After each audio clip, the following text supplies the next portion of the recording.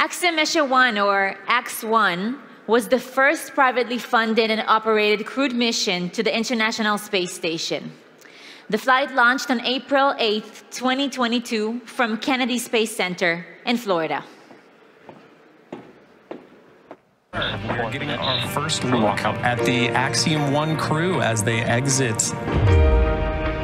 And the amount of work that each of these crew members have done to prepare for this mission has been outstanding. 700 to 1,000 hours of training. 3, 2, 1, 0. Ignition.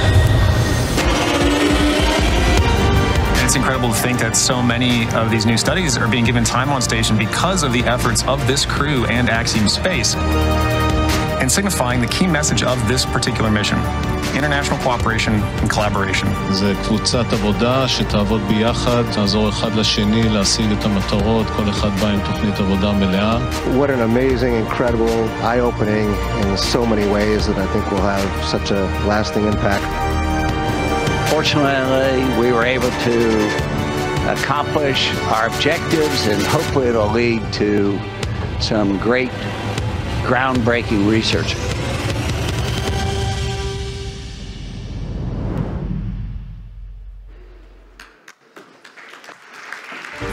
Incredible. The crew consisted of American astronauts Michael López-Alegría and Larry Connor, Eytan Stibbe from Israel, and Mark Pathy from Canada. Our next panel is called The Vast Impact of the Privatization of Human Space Flights. The first ever commercial crew to the ISS will share their experience about the mission's preparations, successes, and the challenges overcome. I'd like to call to the stage U.S. astronaut Garrett Reisman, who will moderate the panel, and with him, the team of AX-1, Michael López-Alegría, Larry Connor, Eytan Stibbe, and Mark Pathy.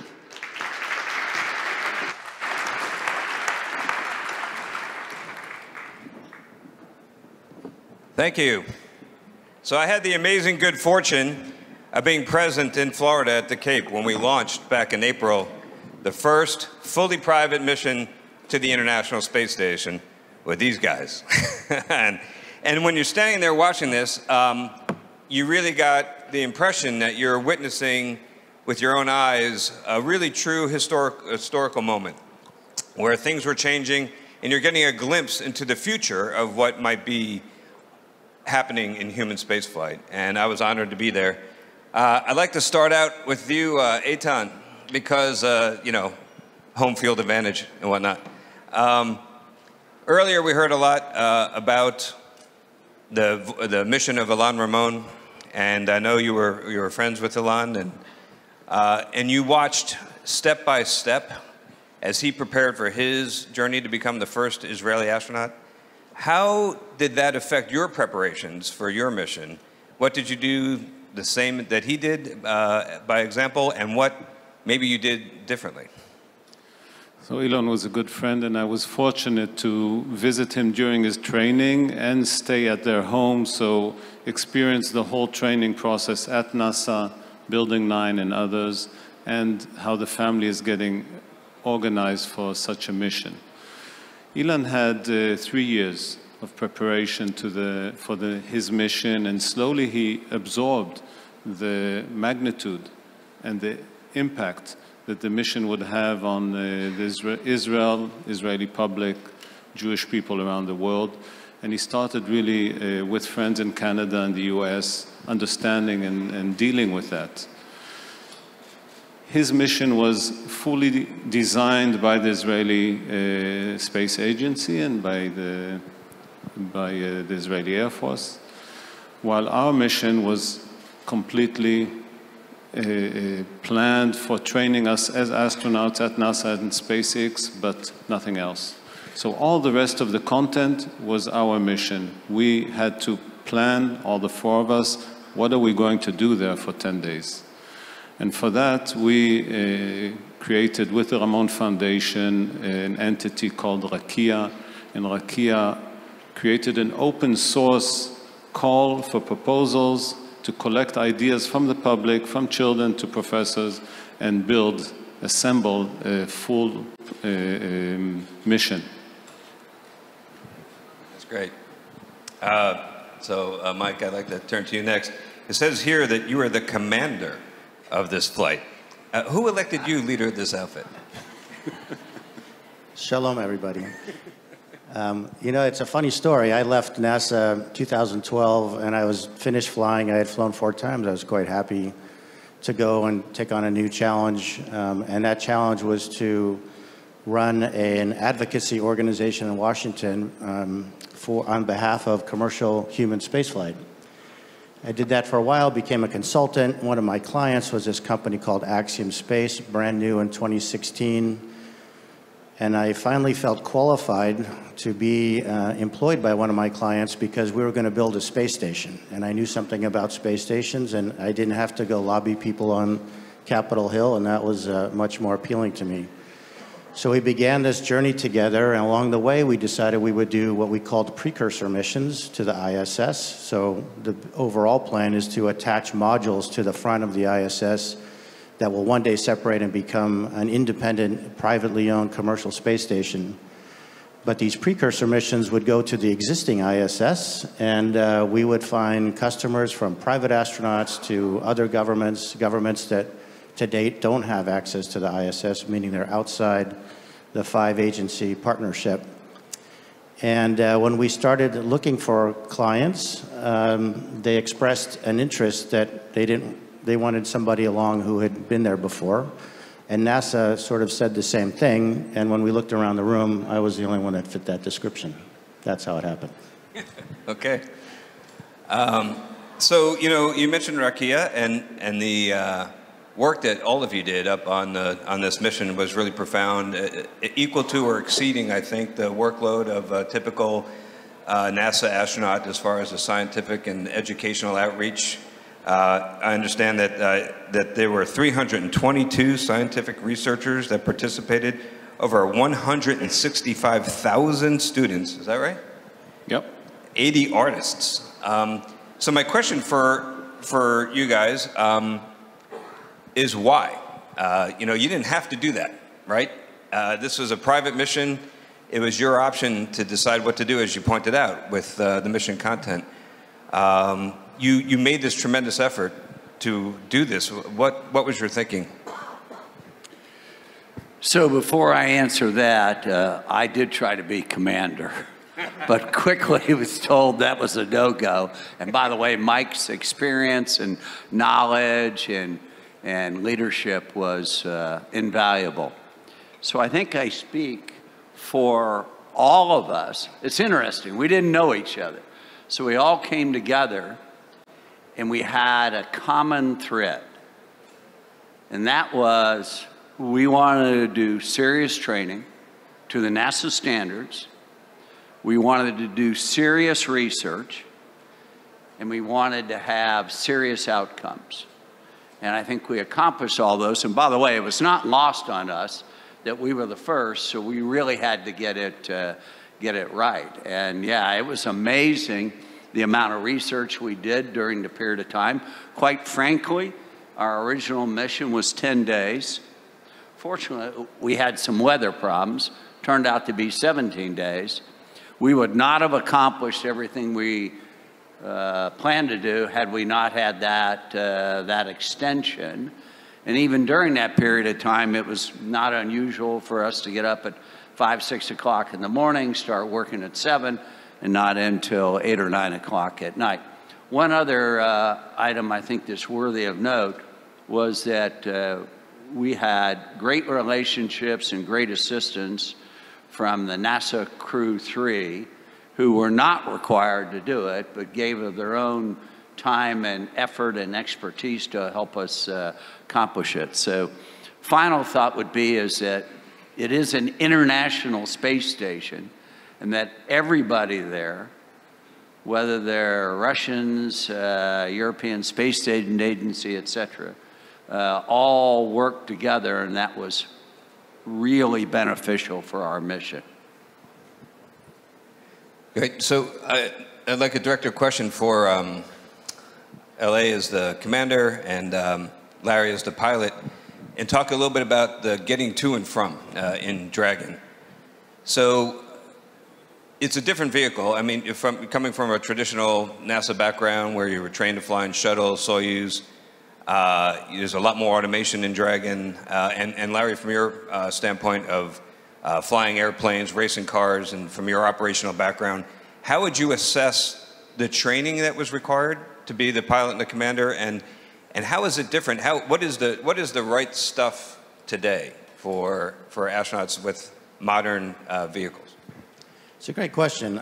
I mean, first of all, the vehicle is very automated, as you know, and it probably would be more automated had NASA not insisted on some manual capabilities. And we insisted with SpaceX that we be trained similarly to a NASA astronaut crew, and they graciously decided to do that.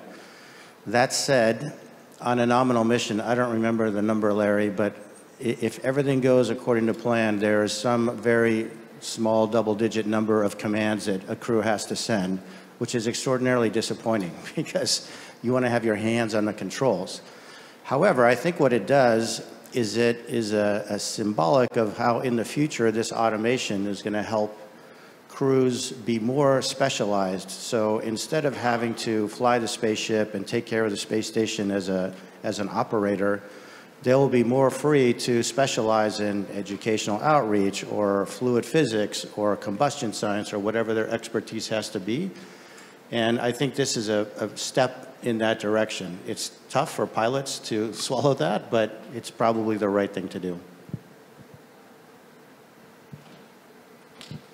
So, two thoughts. When Mike and I started training, obviously Mike had a bit of experience.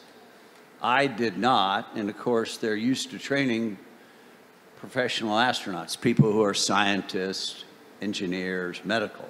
I am none of the above. So I was really in, as they would call it, the deep end of the pool and drinking from a fire hose. But because of Mike, the people at SpaceX, NASA, we were able to come up to speed. And I think it was good that, I mean, it was rigorous training, and even though we recognized we weren't going to do much piloting, we still got trained. And if I may, I'll give you one real short story, which I'm not sure if I'm supposed to say, but we're all friends here. I'm sure this is not being recorded, so it won't be a problem. So as we started to our approach to the ISS, we had a communication problem. And with Mike's headset. And so as we started to head toward first waypoint, we had to switch communication where I started doing it. And it was completely seamless. At least from my point of view, it was completely seamless. And apparently afterwards, it worked out pretty well. Well, the point is, had we not had great training at NASA, at SpaceX, with Mike's leadership, that wouldn't have gone as smoothly. May I add something and complain to you, Garrett? Yeah, sure. So this beautiful designed by Marvel spacesuit of SpaceX, white with a helmet connected, is actually very difficult to take off and take on and put on don and doff, they call it, because the zipper is from just on the bottom part, so you have to dive in, the helmet is connected, and that's your fault, right? Yeah, I had something to do with that, but it looks good though, right? Yeah. So Mark, I want to bring you in on this in this conversation. So I have a question for you, which is the solar wind. Are you pro or con? And please elaborate on your answer. Yeah, thanks, Garrett. I wasn't actually expecting a question. I was just supposed to be the eye candy up here, but unfortunately, I see we only have another 21 and a half minutes left, so I'm not sure I can really get into detail on the effects of solar wind on our mission. But yes, actually, instead, maybe you would like to tell us a little bit about the research program you had during the flight. Yeah, sure. I had a number of research projects that spanned across health sciences, technology demonstrations, educational outreach, and environmental photography. But I think probably the parts that I enjoyed most were actually the educational outreach sessions. That, frankly, made me feel connected to Earth in a way that we didn't necessarily experience otherwise doing some of the other tasks. We also had a great opportunity, Eytan and I, to do a shared outreach session simultaneously with a Canadian and Israeli school, which I think was great, not just for us, but I think connected the students in both countries in a way that maybe they didn't expect. So I think, as Larry mentioned, I think it was important to all of us that we had the opportunity to select research and to bring it up with us. For me, I would say that aspect of this mission, that opportunity, was what convinced me in the value of doing it. So it was great for me to be able to connect with the Canadian Space Agency and with some of the hospitals and other educational institutions that I'm involved with back home to put together a great suite of research and to be able to complete that on board. I wanted to ask you a question. You were not satisfied with 11 guys on board, and you brought on, with holograms, some other guys. How did you do that? Yeah, that's right, actually. One of the technology demonstrations that I completed was the first ever two-way holoportation. There had been, Crew 2 had completed a one-way holoportation, and things had evolved sufficiently to the point that when I was on board the station, we were able to do a complete two-way holoportation. So that was with an augmented reality lens. And I was able then to connect with people down at Johnson Space Center. And to me, it appeared as if those people were right there in the space station with me, and obviously in holographic form. And they could see me down in the room down at Johnson Space Center. It was very, very cool technology. It was real kind of Star Trek type stuff, but has really great implications for both space travel and the communication and task completion up on the space station as we travel deeper into space, but also in terms of combating the inevitable sense of isolation that astronauts feel during long-duration spaceflight. And of course, as with so many technologies and innovations that are designed to enable space travel and to make it more bearable and more efficient, it also, of course, has great advantages for life here on Earth. And in the case of the two-way holoportation, that would be in the form primarily of, say, telemedicine, which is increasingly effective in terms of treating people here on Earth in remote places. Cool. So, as we mentioned several times, this was the first private mission to the ISS, and it's not always easy to be first. And in this case, you had to get a lot of different organizations to work together and coordinate. So, of course, you had Axiom, but you also had, as we always do with the space station, you have NASA, you have the international partners, Roscosmos, ESA, JAXA, and so forth and so on. Plus, you had SpaceX as the provider, getting all these groups to work together for the first time in a context that was really completely new. How did that work out? Do you think it's going to be easier next time? And is there any good lessons learned about the things you would do differently or things that worked really well the first time? Well, certainly what you say is absolutely true. It was a slog. I mean, it was a tough sledding for a lot of it, and I think we just got there by sheer will. And of course, it'll be easier the second time. We learned a lot, both within Axiom. I think certainly NASA and SpaceX, our cooperation has evolved into something better. So AX-2, which will launch in the month of May, is reaping the benefits from that. Specifically, we've kind of de-densified the timeline to give people a little bit more of a realistic pace. We have improved the training greatly to not spend time on things that are really unnecessary for private astronauts and spend more time doing things, working with the operations product, so the timeline, procedures, et cetera. So absolutely, and I would say that if there's an AX-3 and an AX-4, that they'll be better than AX-2. I mean, it's logical, right? I'd like to add to that. from my experience as a pilot, it's very important to have someone to lean on, especially if you're in a one-seater jet plane, and that is usually the ground controller. So for me, I knew that when I was working as the delegate of a scientist on anything in a glove box or on biological experiments, with a headset and someone from Mission Control or from Huntsville, from PACOM, in my ear, I knew that the person I am going to rely on is the person that is nearest to my brain, so in my ear. So we really created a great cooperation with the team of NASA in Huntsville, because they were the guys guiding us and the liaison between us and the scientists on ground. So you guys obviously gelled together as a crew very, very well and are very, very closely knit. What do you attribute that to? I know you did a nose trip early on in the training. Was it that? Was it, what was it that did the trick? Well, I think it started with that wonderful Knowles trip. So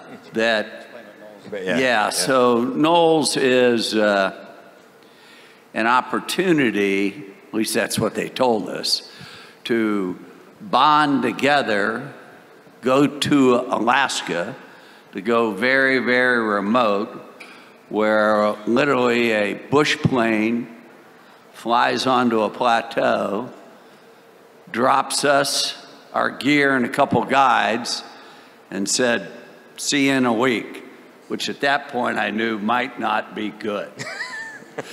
And it turned out to be more of bonding through adversity. Mm-hmm.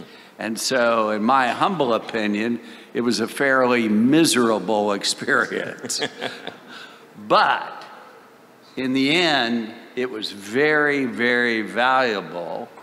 And because of all that, we really, really connected as a team. And I couldn't believe it afterwards. I'm still not sure I believe it, and said to Axiom and NASA and SpaceX, say, look, it's absolutely something that all of the private astronaut missions should do. So that was really the lead-in. There were lots of other things after that, but I think that was the catalyst. I will add that the insistence of SpaceX, for example, to do more and more training in the capsule, in the simulator, in this very tight, it's narrower than the distance between us, donning and doffing the suits and emergency cases and everything for hours and hours. We didn't always understand the value of that, but eventually when we needed to help each other in the capsule on the way up, on the way down, it was essential. One last thing to add to that.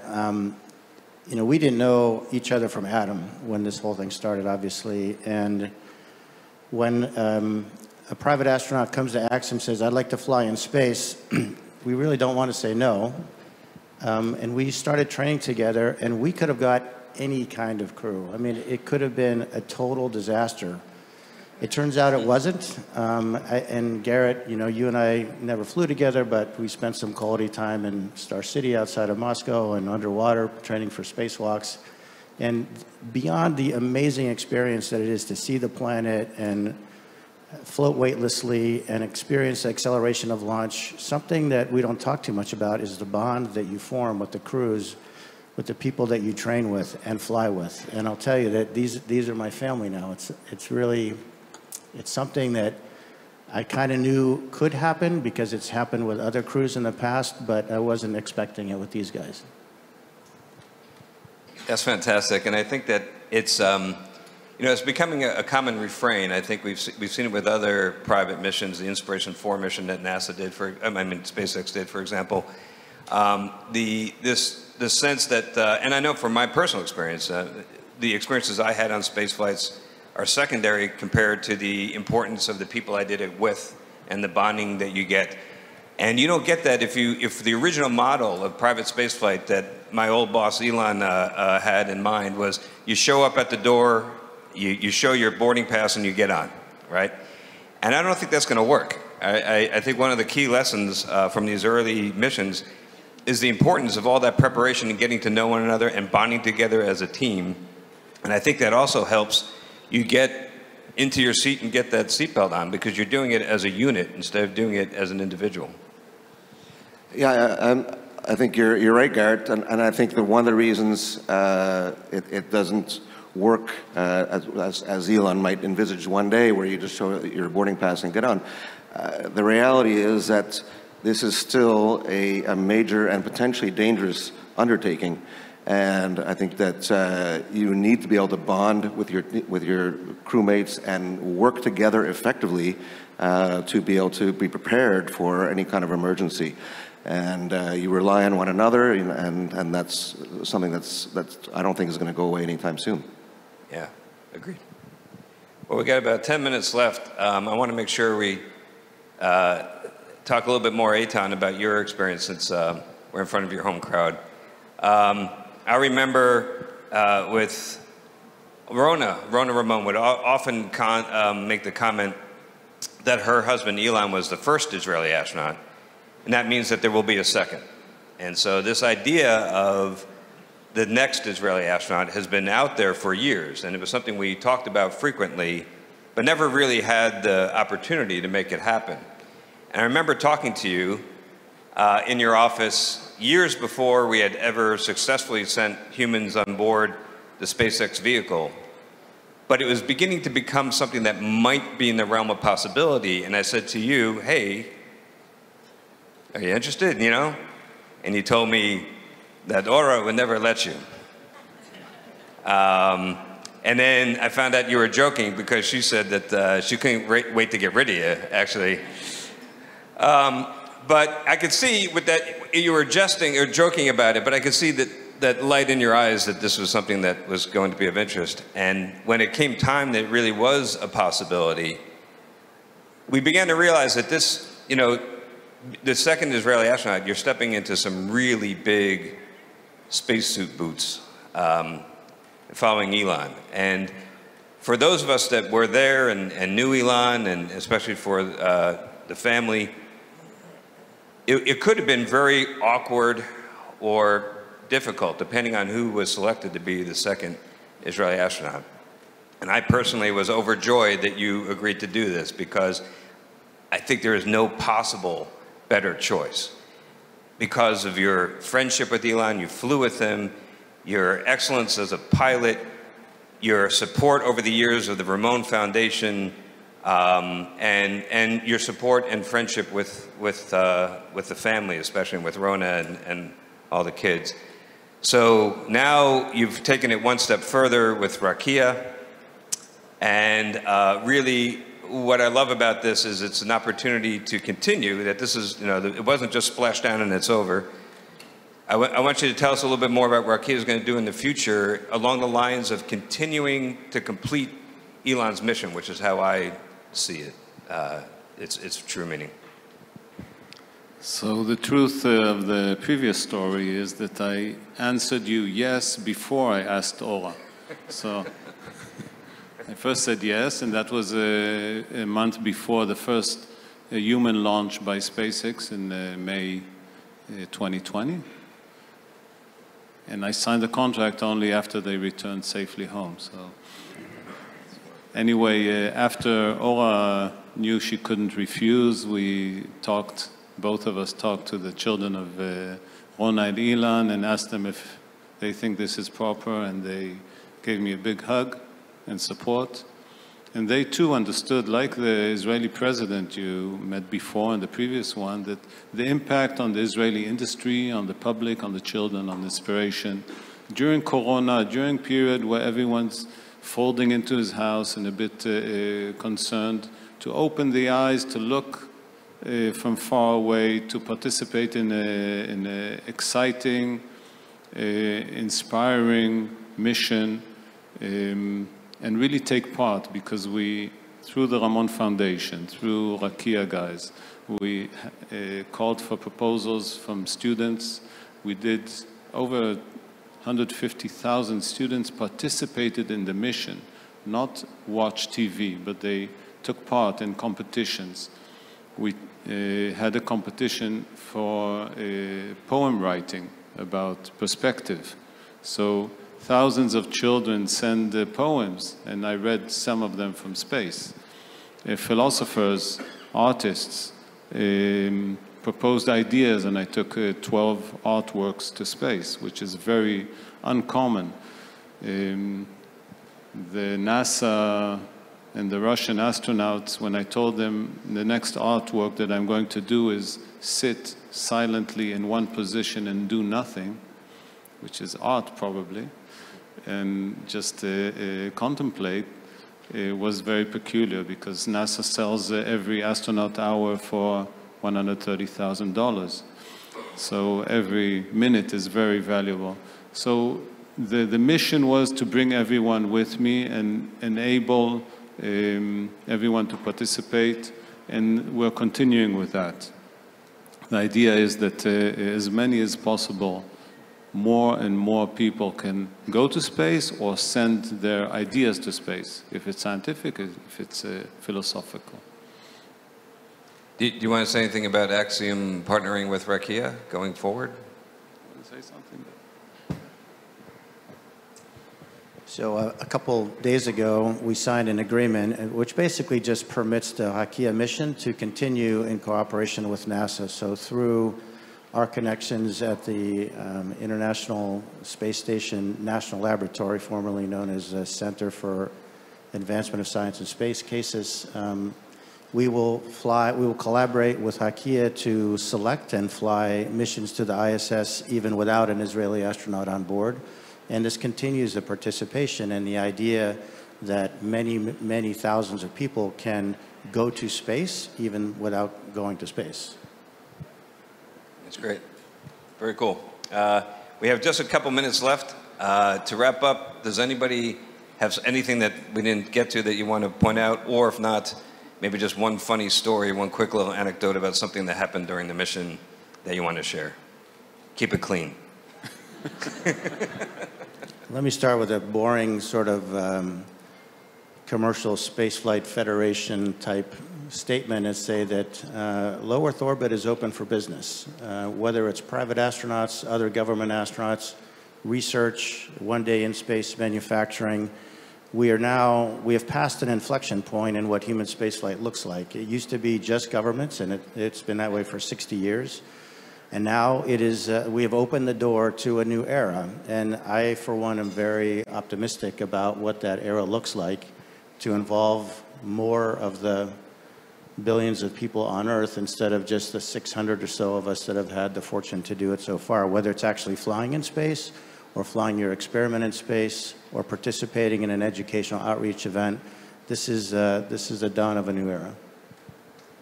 You guys can say some dirt now.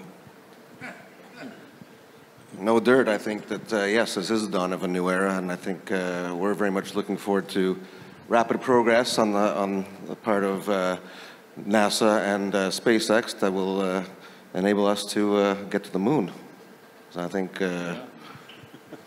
we're all keen to go back to space. We're all jealous of Mike that he's going back. You can call Axiom now. You know, operators are standing by to take your call.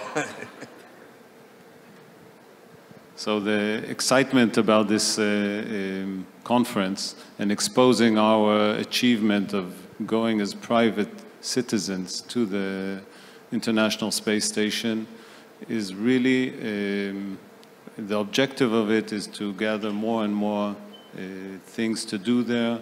Open your minds, do whatever you can dream about, because I'll give you a small story.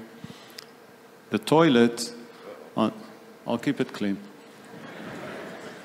The toilet on the American section of the station is exactly the same as the toilet on the Russian part, and it's a Russian toilet.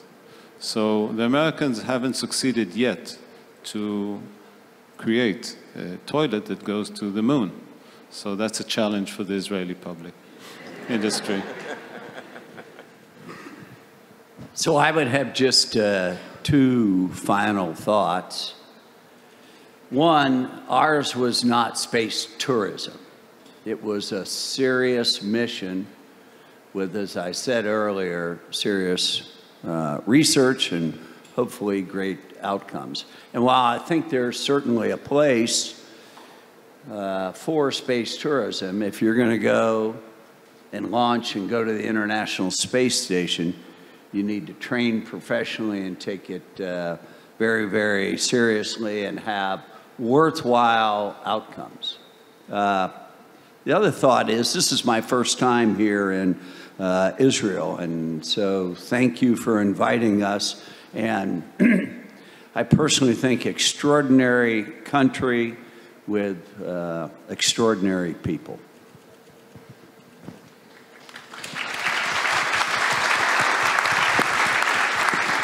Well, thank you, gentlemen. Thank you all for coming all this way and being here today at the Ramon conference and for sharing those insights. It was really, I learned a lot, so it was really fascinating. Thank you very much, and we'll turn it over to the next panel.